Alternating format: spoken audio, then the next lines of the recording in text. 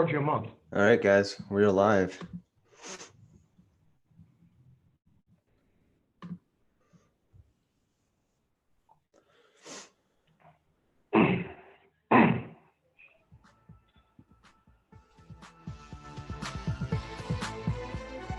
Welcome to the Success Agents Podcast, where we deliver weekly guests that bring insight to the elements of your business to become more profitable with knowledge, skills, and tools that help you with automation so that you have less procrastination. With your hosts, Chris Parsons and JP Fluellen. What's going on, guys? Good morning, and thanks again for joining us for another episode of the Success Agent Podcast. We have myself and JP, and we have another special guest. But before we get to that, you can catch us on Facebook Live on our Facebook page. We're also on Spotify, YouTube, LinkedIn, Google, pretty much anywhere. Go ahead and look for us and you'll find us. So last week, JP talked about creating a life that you really want to live while also maintaining and achieving a home life balance. And this week we have a special guest. He's been featured on shows such as Hannity and Megyn Kelly. He has been the host of the Colorado Rockies and has even been considered one of the America's best sports radio broadcasters to date. And his name is Dino Costa. Thanks for joining us, Dino. Guys, I tell you what, I've been interviewed before on different kinds of webcasts and podcasts, but never before have I been invited onto a podcast or a video presentation with a couple of real estate guys. So this is breaking new ground for me. So thank you. It's good to be here with you guys. And I've known JP for a couple of years, and he's been very helpful. It's 6 years, man. 6. Wow.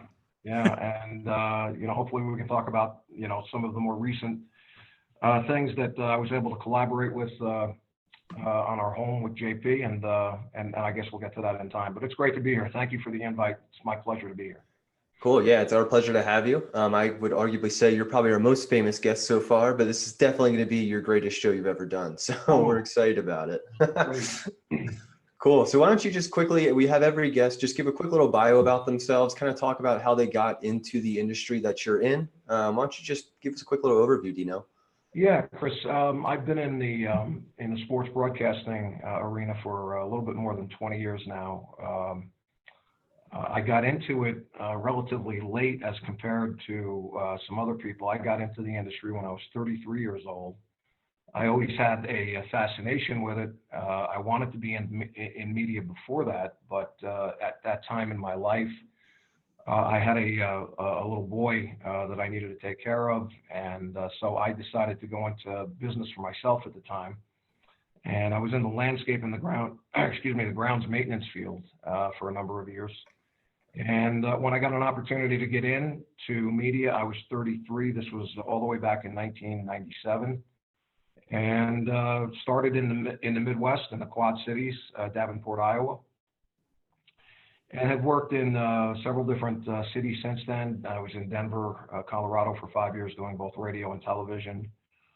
I've done national radio with Sirius XM for 5 years. I was in Jacksonville, Florida for 2 years, and now I'm broadcasting in St. Louis, Missouri via a home studio that I have here in my home in Cheyenne. So that's basically how things materialized for me and how I got into the industry, and I love it. There's nothing like it as far as I'm concerned, and being able to take to the air on a regular basis and host a talk radio show and talking about the various things that are out there that are on your mind is something that's very alluring. It's something that I really relish, and I'm very privileged and blessed to be a part of an industry that I love. So. Great. And so what made you realize, though, that radio was your calling? Did it start when you were working in the fields, in the different stadiums? Like, what was that trigger that was like, I really got to try this? Yeah, I had grown up a huge fan of the medium and the craft of talk radio, and I always saw myself doing that if the opportunity ever afforded itself. So when I was younger, I used to listen to a lot of AM radio, and at that time, it really was the start in many ways in my formative years growing up of what would become an explosion of an industry known as talk radio. And I was always fascinated with it and attracted to it. And I always saw myself, particularly as I got older and started more comfortable within myself and had different views and feelings and opinions about a host of things. I always felt that it could be something that I'd be good at. And so I always wanted to be in the industry. Larry King had a tremendous nationally syndicated overnight show at the time that was distributed across the country. And I used to listen to that with regularity, in addition to and concurrent with a lot of other talk radio programs out there. And so that's what kind of attracted me to it and drew me to it. But I had to wait for an opportunity to get a station in life that would allow me to pursue something. And then I pursued it in '97, and I've been in the industry ever since. Gotcha. So what was it like when you were starting? Obviously, you didn't have any experience with talk radio besides listening to it. So you had to really craft your own method of doing things. What was that like for you when you were getting started? Yeah. So when I got into it, Chris, the old saying of beggars can't be choosy. I needed to find an opening within the industry to get my foot in the door first and foremost. And that meant for me taking a job in Davenport, Iowa, in the Houston Astros organization, becoming the director of broadcast and media relations for a club named the Quad City River Bandits in Davenport, Iowa. And that was a play-by-play position, not a talk radio position. I didn't necessarily want to do play-by-play, not that I hated play-by-play at all. I mean, my objective always was to do talk radio, but I needed an entry point, as I say, into the industry simply to get on the air and to start to build a body of work. And so I took that job in play-by-play and media relations my very first year in the business. And then from there, segued on to talk radio, television, and since that time, I've been in the industry exclusively in a talk radio capacity. So. Okay, gotcha.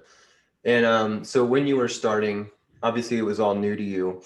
What was it like trying to figure out how you're going to present yourself or creating that personality just through voice? Because we're not even talking video. So all people had to go off was your voice.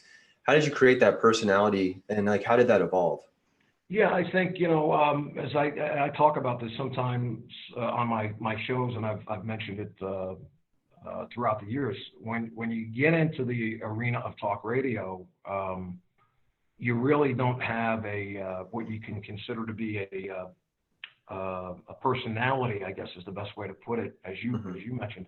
So when I got into the talk radio field, thinking back 20 some odd years, I'm nothing at all like the on-air guy I was at that point, simply because I was terrible when I started. And I needed to work my craft. And to answer your question, I mean, you get out there, you work your craft, and through repetition and experience, just by doing your show, you start to find out what works for you, what doesn't work for you, your whole on-air persona, how you approach your show each and every day. There's really no guide or textbook or course that you take for something like this. It really is through trial and error and just being able to develop a personality and a style and a presentation on the air that allows you to most effectively transmit what you're saying to your audience with the content that you're covering. So there's no course, as I say. It's just getting on the air and doing it on a regular and consistent basis. And over time, it becomes more natural to you. It becomes more instinctive, to the point where, I head to the air now, just eagerly waiting to get on the air and to talk about the things that are on my mind. Whereas in the past, when I started in the beginning, I was going through a checklist of things in my memory bank to make sure that I remember this and do that. And now it's just as instinctive as getting on with you and JP here today. So it just comes through experience more than anything. I guess it's even like in your business as well. Somebody gets into the real estate business and, how is my pitch or my presentation or my rapport with my clients and the people that I'm working with, how is that going to develop over time? And I'm sure that you and JP are different now than you were when you first got into the business. There was a lot of thinking going on when you first got into the business. Now it's much more instinctive and natural to you, and it's the same thing in radio. So, sure. I think radio is like a lot like sales. You have to kind of step outside of yourself a lot of times and to become somebody and become almost like greater than yourself in order to accomplish, the goal. and I can't imagine. And at some point I might get to this point, but talking, because you have to talk to yourself like for 3 hours. Like talk radio is a lot like I'm having a conversation with like a singularity, for 3 straight hours. And somehow like you're transmitting, like he's talking to me, but he's talking to himself. I don't, and that takes true talent and to come up with continuous material in order to keep your audience engaged because, I think, the really greats, over the years, sometimes it's not even the content, it's just the voice, you just want to just listen because it's the voice itself engages you into the content. So it's like the voice comes first, the content comes second. Because I can tell you like the DJs or the radio guys that are terrible have like a really annoying voice and the content can be as good as possible. And yet you just can't, I'm like, God, every time I like, they're like, especially like local talent, like super, like hyper local, like, the guy that just graduated from LCCC and then decided that he was going to go get into radio. And then it's like, dude, I get what you're saying. I just can't hear you. Cause it's just like, they got this super nasally kind of thing going like, okay guys, we're going to talk about the sports today.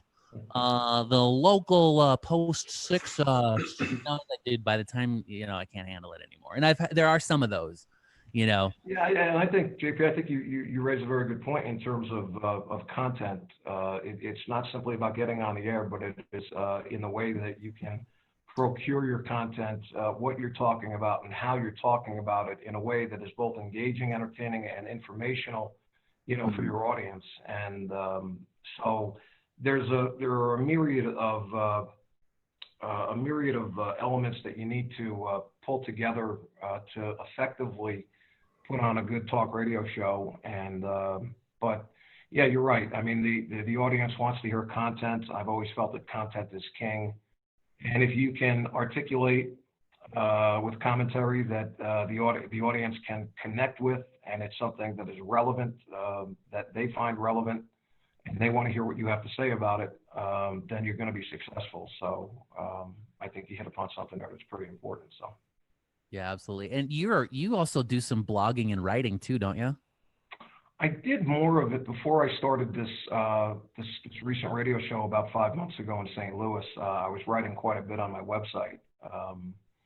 And I've got a social media presence on Twitter. I don't do Facebook or anything else, but yeah, I like to, there's so many ways that we can express ourselves now, and I like to say that even people that aren't officially in the media are in the media themselves, because these days, if you've got, a Twitter account or a Facebook account or a Twitchy account or an Instagram account, or you've got a blog, or you've got, as in the case of you two gentlemen, a podcast with a live video presentation. I mean, even, if somebody has possession of a cell phone these days, I mean, with cameras and video and stuff like that, if they're not in the media, they're kind of like extensions of the media. Mm-hmm. So yeah, it's one heck of an interesting world we live in. There's no question about it. So kind of speaking on, you're talking about like social media and you have a presence elsewhere. I think like your Twitter account has quite a few followers, like 10,000 or something. 4,000. How much? 4,000. 4,000. Either way, how do you, so you're using it as like a vehicle to get people to listen to your show and to bring attention to what you're doing. Is there like any kind of formula that you use to make that work best in your experience? Not really, Chris. I mean, I do utilize the Twitter account that I have as a means, using it as an extension to the radio show. And depending upon the day and how much time I've got at my disposal, it'll oftentimes, show me how much time I can spend on Twitter. I can tell you, if I didn't have a radio show, I should say, I wouldn't be on Twitter. I use it primarily for the radio show and the ability to emote and to dispatch information on a wide variety of things when the radio show is not on the air. And so I just try to link the two of them and kind of develop, an online rapport on Twitter with many of the people that listen to the show and follow me at the same time. And I've always been a person who likes to communicate with my audience on a personal and an intimate level. And so for me, Twitter is something that I use to the advantage that the platform allows me to.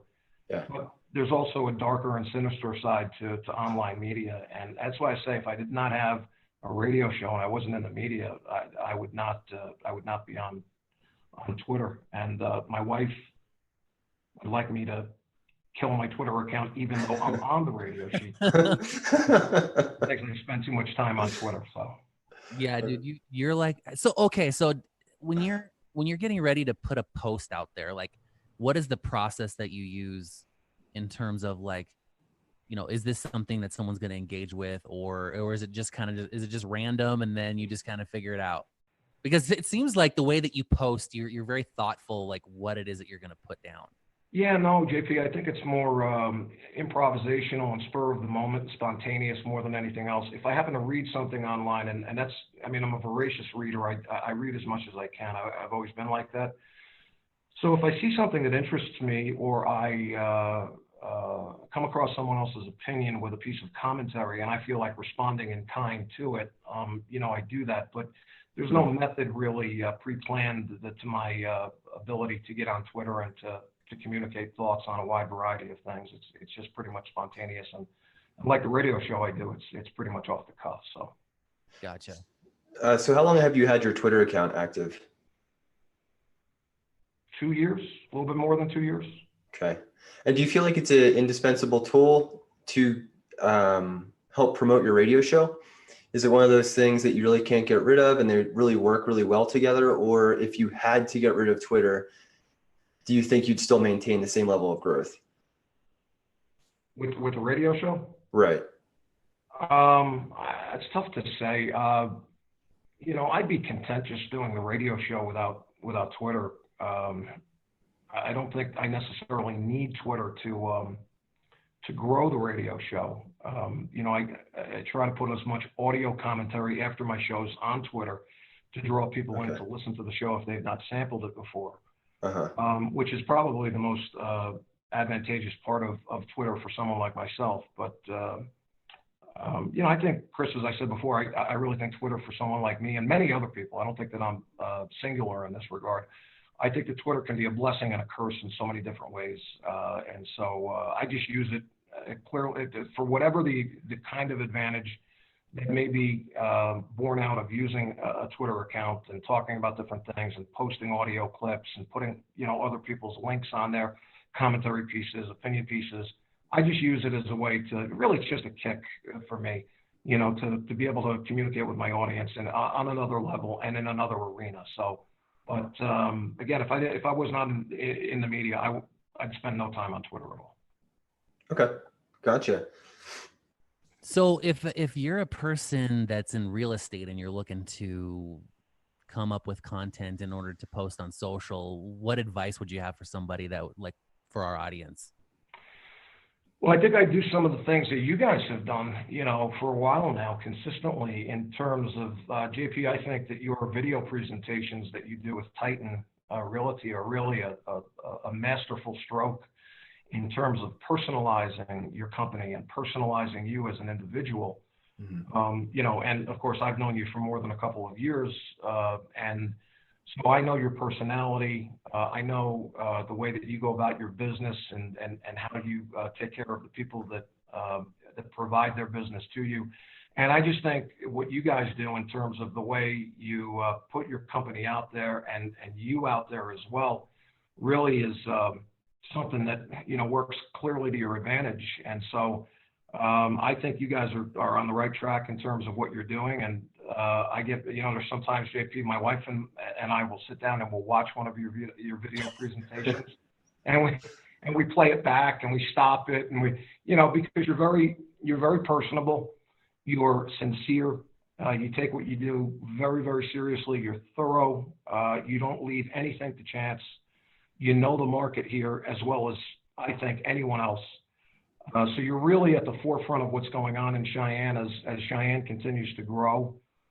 And I think that the reason that your company has done so well, and I knew you before Titan Realty, and you even did well, obviously very well, in your previous incarnation of real estate. So no, you guys are on the cutting edge, really, as far as I'm concerned, in terms of presentation and personalizing the message and making people feel at ease and understanding the market and the knowledge and the experience and everything you guys bring to the table. So I would expect you guys to continue in all those veins and continuing to grow your business. It's been phenomenal the way that Titan Realty has really taken off and has become such a main player here in Cheyenne, Wyoming.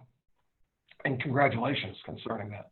Thanks. Yeah, and it's really it comes down to the vehicle, because so we're actually under EXP Realty, and they allow us to brand our version, if you will. And so it's been a very fantastic vehicle because it gives you the power of a national brand with the expertise of being local. So it's I couldn't, it's a blessing. I really can't complain at all. Actually, Chris is actually with EXP too, but he's still working on getting his version out there. Yeah, this is actually a really helpful show for me because I'm trying to figure out my personality. And so so social media and doing things on video, especially live, is actually relatively new to me. And I always feel like one of my holdbacks is I can't seem to, I don't know, like do I be my pure self, or do I try to be a little bit held back and withdrawn a little bit so I can figure out who I am on video? It's been a weird experience for me, at least. And I know a lot of agents are going through it too, where they're trying to create some sort of social brand online, and they're just not really sure how to go about it, because you have to go into the content creation and the presentation of it all, and then how do you wrap it all together? And it's just, and obviously JP's been doing a great job at that. So yeah. What you guys do is, I think anybody in the real estate field to be successful in it, you guys can correct me if I'm wrong, but I think you've got to be overly committed. Your hours are crazy at times and are often dictated by the customer's schedule rather than that of your own. So no, I would, if I had my 2 cents on that, Chris, I think that originality is the key in anything, I think, and you want to be yourself. One of the things that me and my wife have always loved about JP since the moment we met him is the fact that he is so who he is. He's original, he's sincere, and that came shining through for us as soon as we met JP about 6-7 years ago. So I think that's important because not only does that sincerity translate itself effectively, but when I started to think about real estate and properties in Cheyenne, whether they were rental or whether we were looking at a potential long-term buying process, the only people that we used to think about, or we continue to think about, obviously, is JP. So he effectively transmitted that passion that he has for the industry, the market, his knowledge of it very well to us from the very first conversation we had with him. And so from that point in time, I've dealt with one person and one person only as far as real estate in Cheyenne, Wyoming is concerned, and that's JP. And I wouldn't think about using anybody else. So. What do you say after that? I'm so flattered. Well, thank you, man. I appreciate that. I got to tell you something there, Mr. JP, as well. It's a little bit after 8 o'clock in the morning now, and I do a nighttime radio show. And so I get off the air, and last night I'm up for about 2.5 hours, and I'm looking at the clock, and I'm watching an NBA postseason game that I had taped last night, and I kept saying, I can't believe I agreed to this. Another 5 hours. 5 hours I got to get up to be on a real estate podcast. All right, okay, but no, it's great to be with you. Well, I appreciate your sacrifice, man. It's my privilege, believe me. I'm more than happy to be here. Man. So yeah, so if you had to give anybody advice, when they just got into real estate, they have no idea what to do in terms of getting themselves out there. If you could give them like a few sentences on what to do when you first getting started in the business in terms of finding your voice and getting yourself out there, what would you give them? You mean in the broadcast business? No, I mean like for a real estate agent, because that's who our audience is. Kind of like, well, self-marketing. So as a real estate agent, Or self-marketing. any themselves. entrepreneur. Yeah. Or you guys are asking me what to do to get into the real estate business? No. No. Yeah, I was gonna say, I think we want to turn that question around, and I'll ask you. No, so new air agents, they want to really grow their business, and one way to do so is through social media and creating a real presence online. Right. The question is, for a newer agent, how do you recommend someone go and do that given your expertise? Well, I mean, I don't consider myself to be an expert in the field of social media by any stretch of the imagination, but I think that, I guess my advice would be, as I've, talked about here at different times during our conversation, and that is just to be, yourself, to be original, Mm-hmm. not to put on an act. The worst thing I think that anyone can do is to try to be someone else or to not be who they are.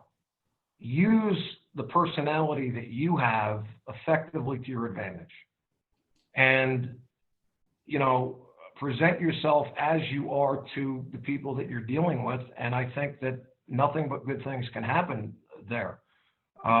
Because I think that, one of the things we as people, we can't stand is when we perceive off the bat that someone is putting us on or is trying to be somebody who they're not and is not being authentic. And I think that authenticity, to me anyway, Mm-hmm. speaks loudly. And, we all have our different quirks and personalities and different ways we go about communicating with people. But so there's no one standard way to communicate with someone or to present yourself to someone.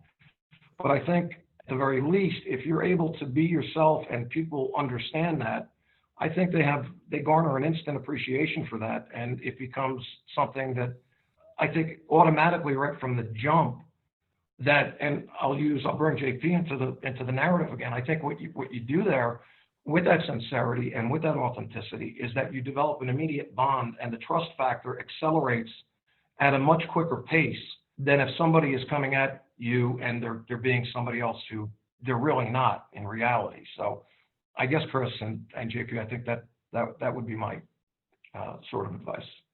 Okay. So authenticity and sincerity. Yeah. Yeah, Gotcha. I think people are pretty.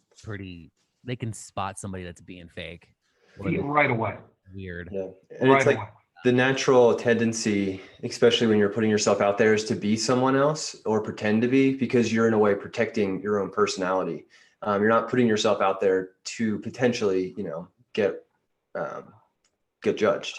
That's what people are escaping. So they create this fake persona and try to live up to it, but that's not really who they are. So it automatically feels inauthentic.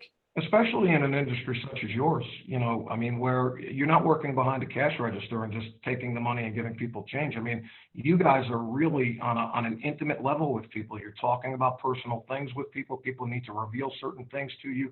To do these kinds of things and to reveal some personal information and your background and so on and so forth, and what your objectives are moving ahead, where you see yourself 2, 3, 5, 10 years down the road.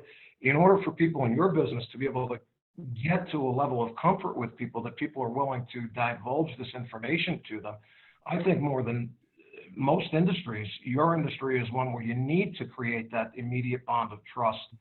And the sincerity and the authenticity is what allows people such as myself and others that you might be dealing with on a daily basis to feel comfortable in detailing so much of their personal lives to you, because in order to fit the profile for a particular property, you need to know certain information about people that you're dealing with.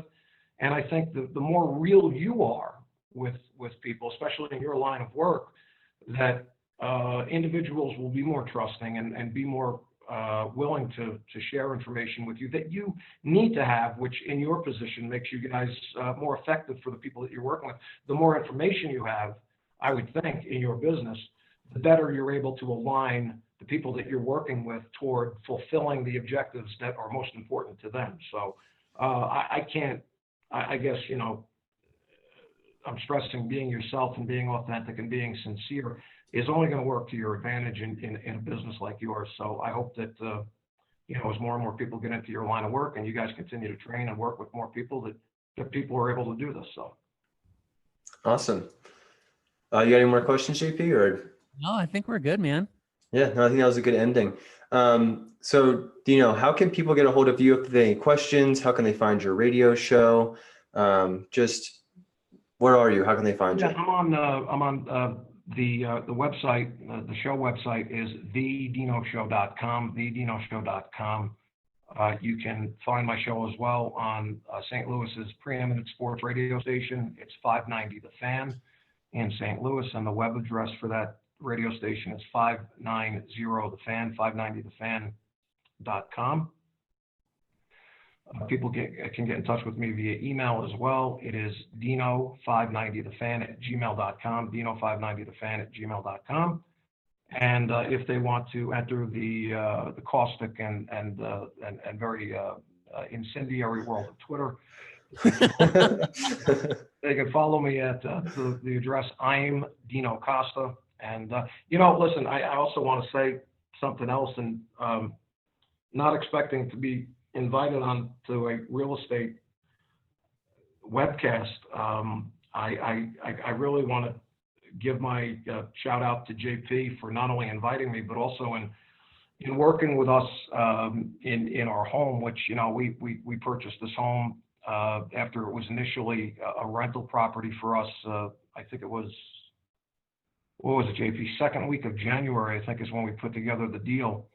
So, just the experience and the overall connecting that JP was able to do with us in terms of a lot of the legwork and networking with, a lot of lenders and opening my eyes to a host of options that were available to us that we hadn't really considered. And, I think JP does a great job. He's so thorough because he did things such as, helping to select the inspector for the home, being here for the inspection of the home, bringing the previous owner of the home up to speed in terms of some of the repair work that we wanted to be done in the home before we purchased it. And so, this has become a great, not only a home for us, but one that we didn't anticipate buying. But, also it's an investment opportunity for us because, and a lot of people don't know this, I mean, this is a very big home and a historic home in Cheyenne. And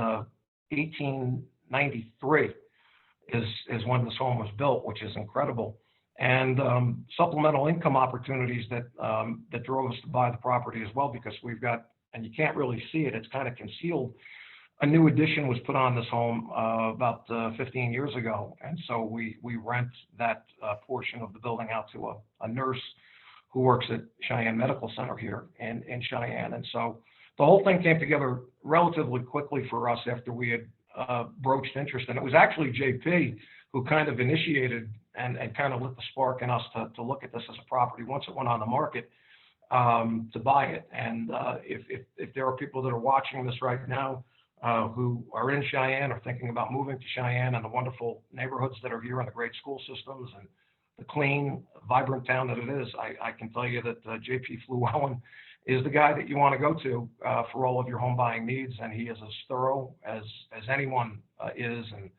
And I consider him to be a friend in addition to a great real estate person who represented us. And it's worked out terrific for us. So you're good at what you do is what I'm saying, JP. Hey, man, I appreciate that. Appreciate those kind words, man. You got it. So going into that, JP, how can people get a hold of you? You can get a hold to me. You can email me at james.fluellen@gmail.com. You can find me on Facebook at Titan. You can just go type in the search. Come on, you can do it. I'm everywhere. JP He Fluellen.